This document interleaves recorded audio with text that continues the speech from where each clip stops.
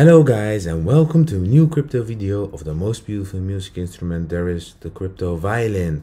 Guys, I hope you have a wonderful day, and I'm very happy to be back, and I want to cover some interesting things today, but I want to first start with sharing with you my emotion, because guys, I am down.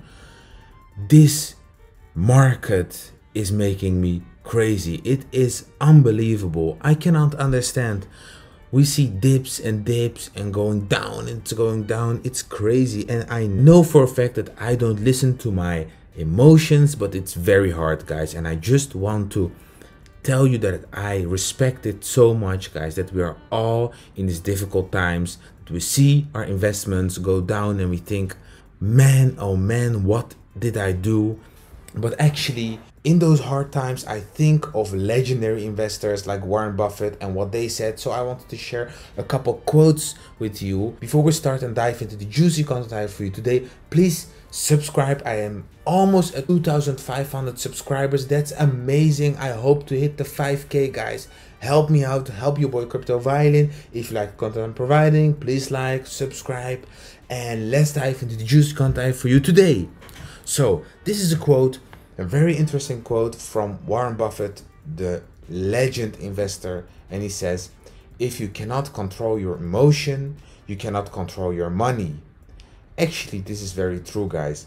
If you're very emotional and you just decided the whole market's going down, I'm gonna sell, and then the market's going up and you say, oh, I will miss the boat, please, I need to buy, then you cannot control your money. You have to control your emotions. And we have to think about what we think Ripple, the company, and XRP, all the use cases of XRP can achieve. That's what we have to think about, okay? Warren Buffett is not a swing trader. Warren Buffett is also a long investment trader. So he knows if you cannot control your emotion, you cannot control your money. Okay, this is actually also very interesting, guys. Visualizing all horrific Bitcoin crashes.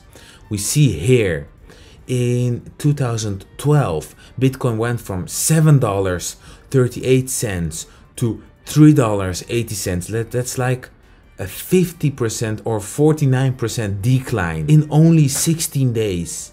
That's crazy. 16 days. And then in the same year, from $16.41 to $7.10, a 57% decline in 3 days.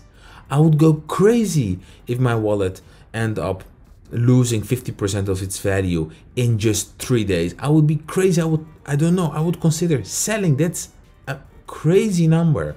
Here comes another crazy correction. 10th of April 2013, we had in a 3-day time, we had a correction of 83%. That's an extreme decline in 3 days. I don't have to read everything, but this speaks for itself, guys. 50% decline in 1 day, guys. And then here, at 411 days, we had a 87% decline in 2015. And so on and so forth. This is the reason why we need patience, because we came from $7. We came from $7 and we end up at $19. And now we went back to 3,000. This puts it all in perspective, guys. Remember, here we had an 83% decline, and actually, if I had this 83% decline, I will be very sick, guys. In 3 days, this decline in 3 days to $45. Remember what happened? A couple years later, $20,000. So, don't feel down. If you ever feel down, just go to this video and watch this video again and visualize all the horrific Bitcoin crashes. So actually, this is also something that puts it very much in perspective. We see here at 2011, we had in a 243-day bull market, it went up from 17 cents to 31 cents. This Bitcoin, just to put it all in perspective, it has a 17,794% rise. Then we were in a bear market for 163 days. Then we had the accumulation zone, expansion, and then reaccumulation, and then boom again. After the halving, we had again the bull market. Okay, and this was longer, actually, 268 days. it was less parabolic. So 9,218% rise. Then we had again a bear market. The bear market also took longer. Accumulation, expansion, and actually reaccumulation. And then the halving occurred again, and then again the bull market. After 525 days after the halving, 3,000% up to $20,000 almost. Okay, and then we had again a bear market, accumulation, expansion, and reaccumulation. We are in the reaccumulation zone. The third Bitcoin halving occurred, so we can expect Bitcoin price to go at least to $80,000. So this puts it all in perspective. You see here a clear overview of what happens, what the time span is, and actually it's taking longer and longer, but the reward will be big, guys, if we are patient enough. That being said, guys, I want to dive into an interesting article from the Daily Hodl, and the article states, top regulator says US bank can hold stablecoin reserves. The Office of the Comptroller of the Currency says that federal regulated banks can continue holding stablecoin reserves from institutions provided that some regulatory conditions are met. In an interpretive letter signed by Senior Deputy Comptroller Jonathan Gould, provides the first national guidelines on how cryptocurrency backed by fiat should be regulated. So, how cryptocurrencies backed by fiat should be regulated. So, regulation is here. By recognizing that holding deposit is a core banking activity, the OCC expressly reassures banks and federal saving associations that they can continue receiving and holding stablecoin reserves on behalf of issuers. So guys, this is a very interesting article. So we see here that regulations are here. Regulations clear the road for XRP to be mass adopted. Ripple, the company, is working with banks, and if banks are allowed to hold crypto backed by fiat, that is a massive move, guys. This is very positive. I have another positive article that I want to share with you. This article is from cryptonewsflash.com.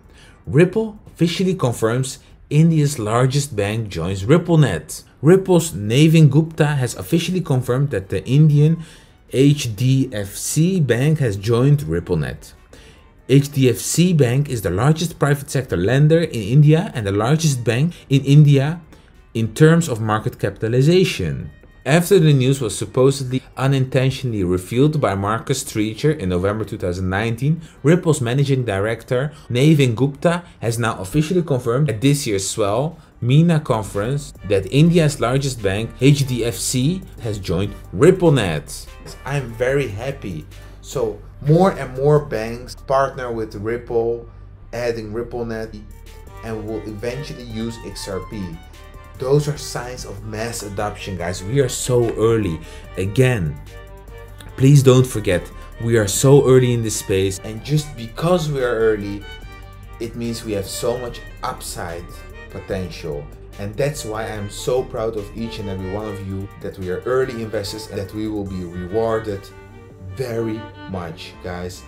With my earnings of XRP, I will buy a beautiful violin. Your mind will be blown away by this bullish song I will play on my brand new violin, bought with my crypto earnings, guys. I want to thank you all for watching, guys. I have 2,500 subscribers. Please support your man, support your boy Crypto Violin.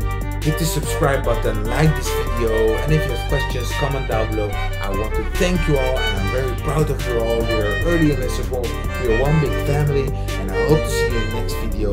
Bye!